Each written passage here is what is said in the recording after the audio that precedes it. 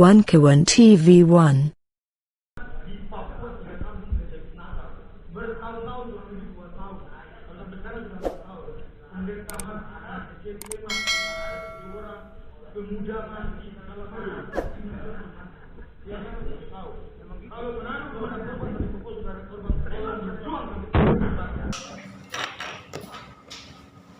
Kita bisa saling mengetahui apa yang terjadi dengan di dalam isi surat saya. Surat saya itu sebenarnya bukan terbuka loh. Surat saya itu klasifikasinya konfidensial. Kalau teliti itu konfidensial ya. Kenapa konfidensial? Cukup kepada Bapak Kapolri dan tembusannya. Tembusannya itu satu, Bapak Panglima TNI. Yang kedua, Bapak Kasat. Yang ketiga, Bapak Pangdam 13 Merdeka selaku atasan langsung saya. Yang keempat, Bapak James Duo selaku pengacara dari Bapak Ari Tahiru dan Bapak Edwin Lombang, salah satu ahli waris dari Bapak almarhum Bapak George Lombang, karena ada anaknya berapa kakak beradik, diantaranya Bapak Edwin Lombang. Yang kelima, saya tembuskan surat itu kepada Ibu Brigita Hillary Lasut, karena beliau di bidang Komisi 3 Hukum. Makanya saya tembusi supaya masalah hukum itu beliau tahu. Beliau anggota DPR, suara rakyat, kan gitu ya, wakil rakyat. Tuh, jadi dari kepadanya satu Bapak Kapolri, kemudian limanya tembusan. Nah, itu saja yang dikatakan konfidensial, terbatas, bukan terbuka. Nah, siapa yang buka itu? Ya mungkin salah satu tembusan itu. Tapi saya yakin tembusan 1, 2, 3, apalagi kepadanya tidak mungkin dibuka itu. Kemungkinan itu nomor 4 dan nomor 5. Apa itu isi suratnya? Isi suratnya perihalnya jelas, pemanggilan Babinsa oleh Polri dan penahanan Bapak Ari Tahiru. Singkatnya gitu saja. Kemudian kepadanya Bapak Kapolri. Nah, di bawah perihal itu, di sebelah kiri kepada Bapak Kapolri itu ada namanya catatan. Mengapa saya taruh catatan? Itu kan teknik penulisan di dalam selembar kertas. Kan buku-buku sekarang itu kalau itu ada catatan kotak gitu kan. Nah, saya tekniknya begitu cara menulisnya. Daripada saya tulis di luar kertas itu kan nggak mungkin. Yang penting tersampaikan catatan itu. Ya itu apa isi catatan itu? Saya sudah pernah ke Polda Sulut. Dan sudah dibicarakan dalam Forkopimda, Forum Komunikasi Pimpinan Daerah, tapi tidak diindahkan, gitu. Itu catatannya. Nah, masuklah 5 alinea atau 5 paragraf. Paragraf pertama itu salam berdasarkan kebenaran dan ketuhanan yang Maha Esa, Maha Pengasih, Maha Penyayang, yang bernama Yehuwa, Allah Yehuwa. Itu salam paragraf pertama. Paragraf 5 itu saya tutup.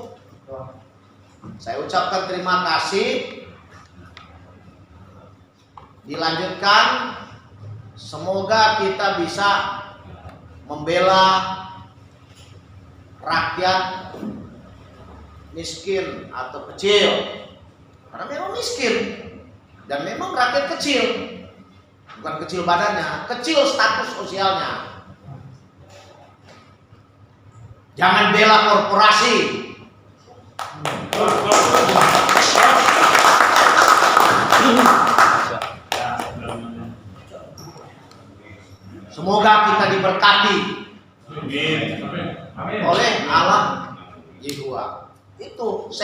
di paragraf 5. Jadi semua kita bertuhan ya, pasti ya. Sekali lagi jangan lupa Pancasila. Siap.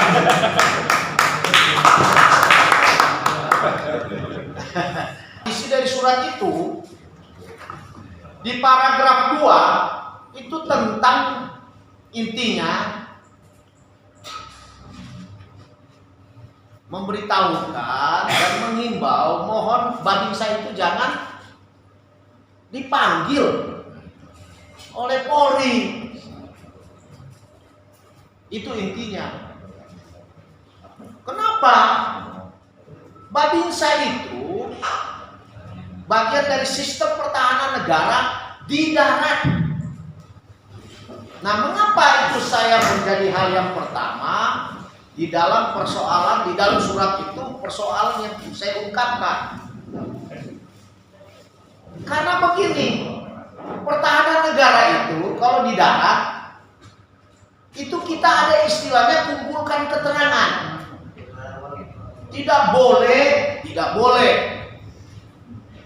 Kita tidak tahu apa-apa di daratan itu, di wilayah itu. Nah, itu tugasnya siapa? Tugasnya Babinsa. Sekali lagi ya, Matra Darat itu Babinsa. Jadi desa-desa yang ada di seluruh Indonesia, termasuk di Papua, termasuk di Sumatera, suku Kubu, itu harus ada Babinsa. Kalau tidak ada, kita tidak bisa mengolah pertahanan itu. Ya, tentara yang dibuat itu kan untuk mempertahankan wilayah itu. Jangan sampai disusupi oleh musuh. Musuh itu siapa? Yang ingin membubarkan negara ini. Makanya negara, jangankan negara, Allah Ta'ala berbala tentara, tidak ada berbala polisi.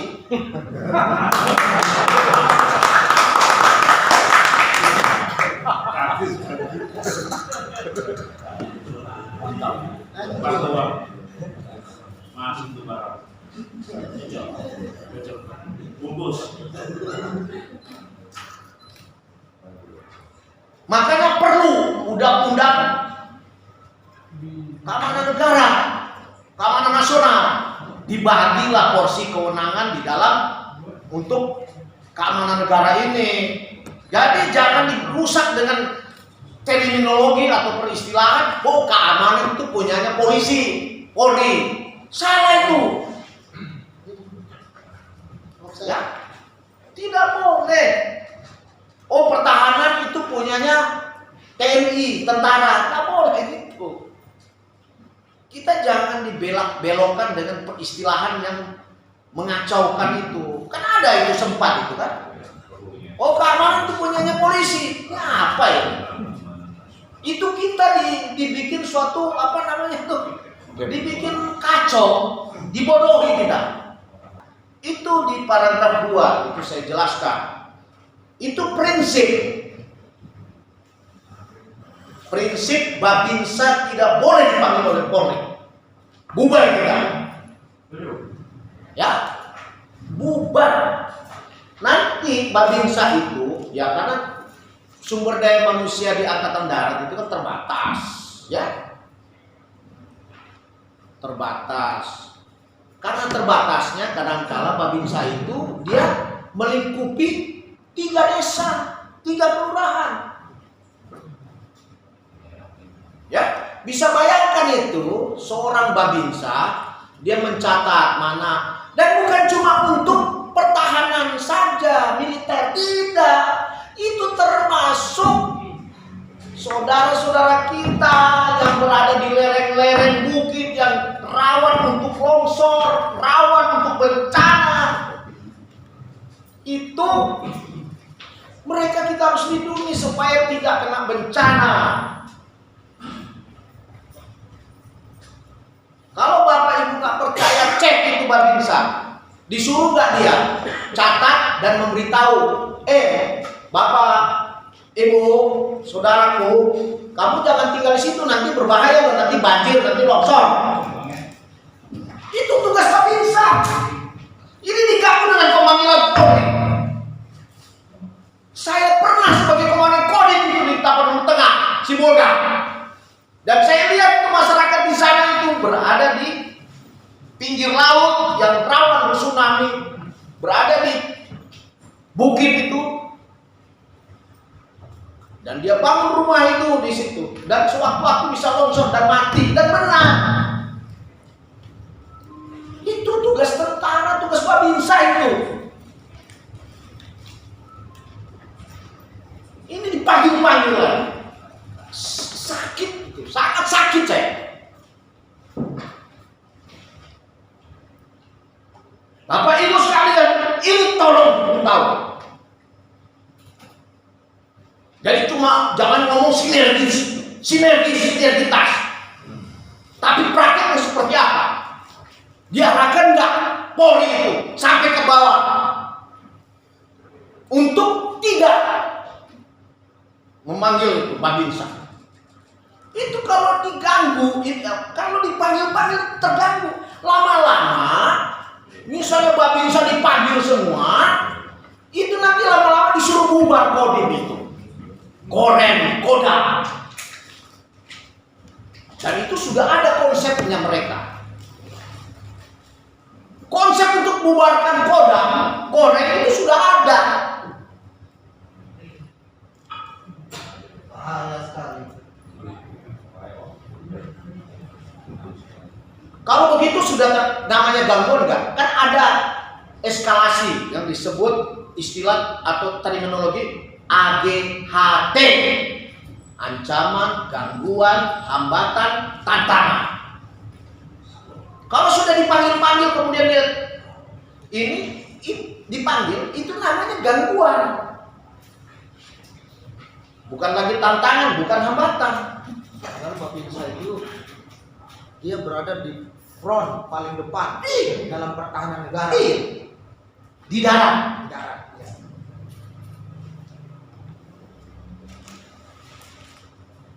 Bapak Ibu sekalian silakan. Di Papua pun ada. Sampai ada namanya satu pos Koramil. Karena kita mau kembangkan nanti Babinsa dibagi di mana. Karena di Papua itu orangnya berpindah-pindah. Kita bikin pos dulu. Apa yang terjadi? Berhadapanlah dengan pengacau keamanan itu atau namanya gerakan separatis. Ya kan? Dibunuh kan? Sekarang KKB namanya. Kelompok. Kalau menurut saya tidak pas, tentara nanti dibilang pelanggar HAM. Kenapa kelompok kriminal bersenjata? Karena tentara tidak bisa. Harusnya katakan itu separatis. Kalau separatis itu, dan sekarang ditambah dengan teroris kan? Teroris siapa yang menang? Ya polisi. Kenapa bukan tentara? Ancaman negara itu kan? Ya silakan Bapak Ibu sekalian. Makanya itu perlu undang-undang keamanan negara, keamanan nasional. Kita kan juga berharap bahwa dalam persoalan pertahanan keamanan ini ada sinergi, ada kerja-kerja yang sinergi antara tentara dengan polisi. Nah itu yang kita harapkan ke depan bisa dilakukan secara baik. Gitu.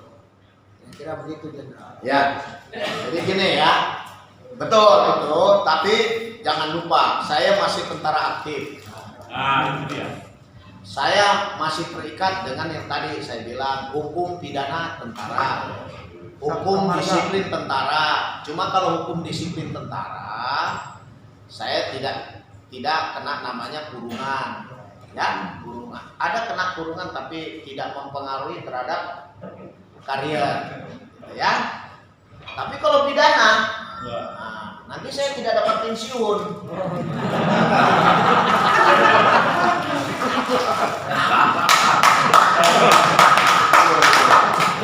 Saya juga harus memikirkan anak istri saya.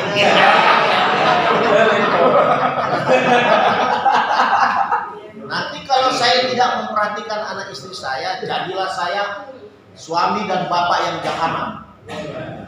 Ingat lagi agama. Tapi lihat itu setiap awal mulanya seperti apa itu? Kok bisa tiba-tiba ada bapak yang di video waktu yang viral itu Pak Jenderal peluk itu, apa karena tanahnya dirampas atau gimana?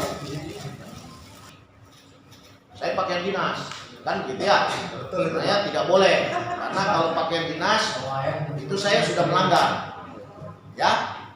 Itu di dalam hukum disiplin dengan hukum pidana itu saya sudah melanggar sebenarnya, ya.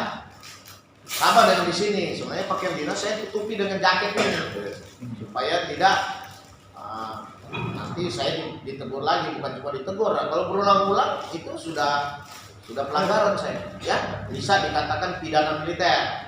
Nah, jadi nanti tolong Bapak Ibu sekalian, saudara-saudara saya, mungkin kalau mau diekspos ini gambarnya jangan ada pakai loreng. Ya, saya mohon ini. Ya. Tapi pernyataan Bapak udah menunjukkan Bapak menggunakan seragam, Pak. Begini, pernyataan itu ya kan dalam pemeriksaan itu kan dengan teliti. Polisi militer itu kan dia sama dengan Polri, dia punya teknis pemeriksaan itu, tahapan untuk melaksanakan tugas sama ya, mulai dari penyelidikan dan penyidikan. Nah, saya udah pada tahap penyidikan. Penyidikan kemarin tanggal 22 sampai 24 September itu penyelidikan. Sampai kemarin saya sudah sampai tahap penyidikan. Saya sekarang adalah saksi, dipanggil karena saksi. Nah, jadi bunyinya begini, suratnya itu ya, kepada yang terhormat Brigjen TNI Junior Tumilahan sebagai saksi dalam tindak pidana penyalahgunaan wewenang dan jabatan yang diduga dilakukan oleh Brigadir Jenderal TNI Junior Tumilahan. Jadi saya sebagai saksi Brigadir Jenderal Tumilahan terhadap dugaan yang ini oleh Brigadir Jenderal Tumilahan. Ya memang bunyinya seperti itu. Memang gitu. Memang seperti itu. Tapi betul apa sekarang sudah jadi staf khusus Kasat? Iya. Luar biasa, artinya kan itu artinya naik. Iya. Saya jawab satu-satu dulu ya. Jadi gini, Ari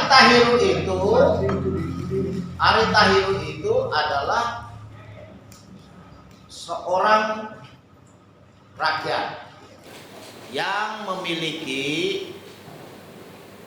umurnya dia 69 tahun ya, tapi tulisan surat saya 67 tahun.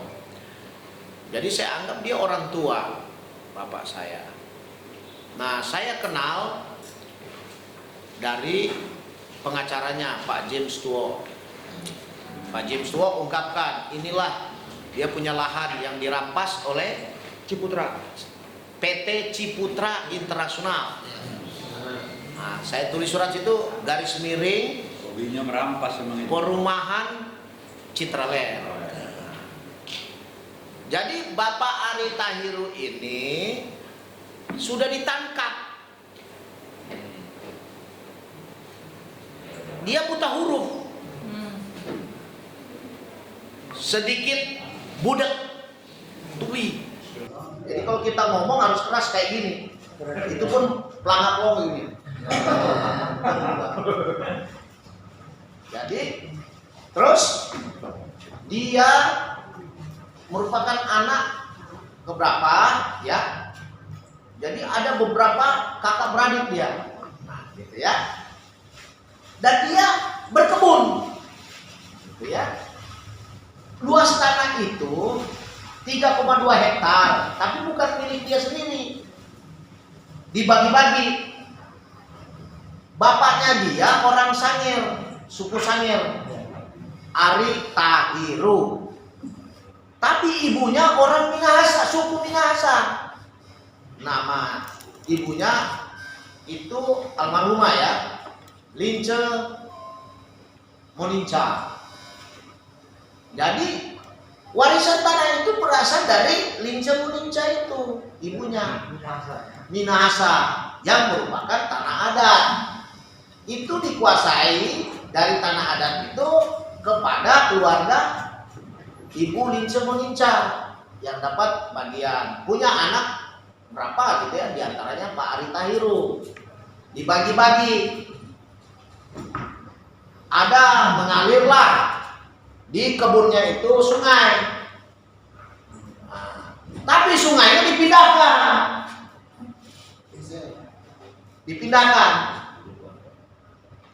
Jadi sungainya itu tidak mengalir ke kebunnya lagi. Ya. Dibikin coretan gitu ya. Dipindah. Biar dia nggak bisa bercocok tanam. Ya dia tidak lagi dapat air dari situ, ya. Sudah. Itu aja udah bikin kita apa?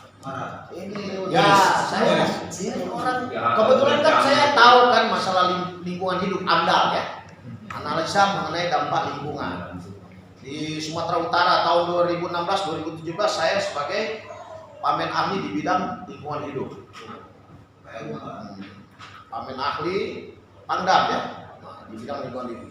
Jadi setiap hari kerjanya itu di Dinas Lingkungan Hidup dengan berkonsultasi karena ada kajian tentang misalnya pembangunan perluasan pabrik Inalum ya, dermaga dan sebagainya, hotel apa semua di Toba dan sebagainya, Sumatera Utara. Nah di situ berkumpul pakar-pakar ya, pakar-pakar, profesor, pengajar, dosen dan sebagainya. Nah dengan itu terus saya bilang, kenapa di lingkungan dari perumahan Citraland itu kok bermasalah, kok bisa lolos AMDAL ya? Kalau benar-benar itu sebenarnya tidak lolos, karena dalam AMDAL itu dipersyaratkan sertifikat, jangan lupa. Terus AMDAL itu tidak hanya melulu masalah kontur bumi, udara, fisika, biologi, kimia, tidak hanya itu. Masalah sosial budaya pun dibahas. AMDAL itu termasuk sosial budaya. Perlu diketahui PT Ciputra itu ada satu kampung Minangun. Itu mau gereja, mau masjid, 147 kakak itu dilibas semua sama dia. Ini catat ini. Kok bisa lolos AMDAL? Tapi itu bukan urusan saya. Yang saya sangat sedihkan justru Babin Kaptimas, oknum Brimob di situ menakut-nakuti kepada Babinsa saya bertahun-tahun itu. Jangan ikut campur kamu persoalan ini. Ini Babin Kaptimas ini kan polisi, Polri. Oknum Brimob juga di situ.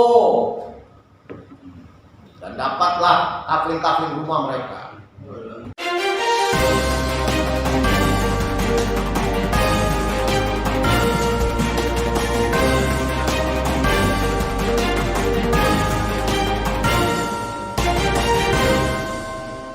One Kawan TV 1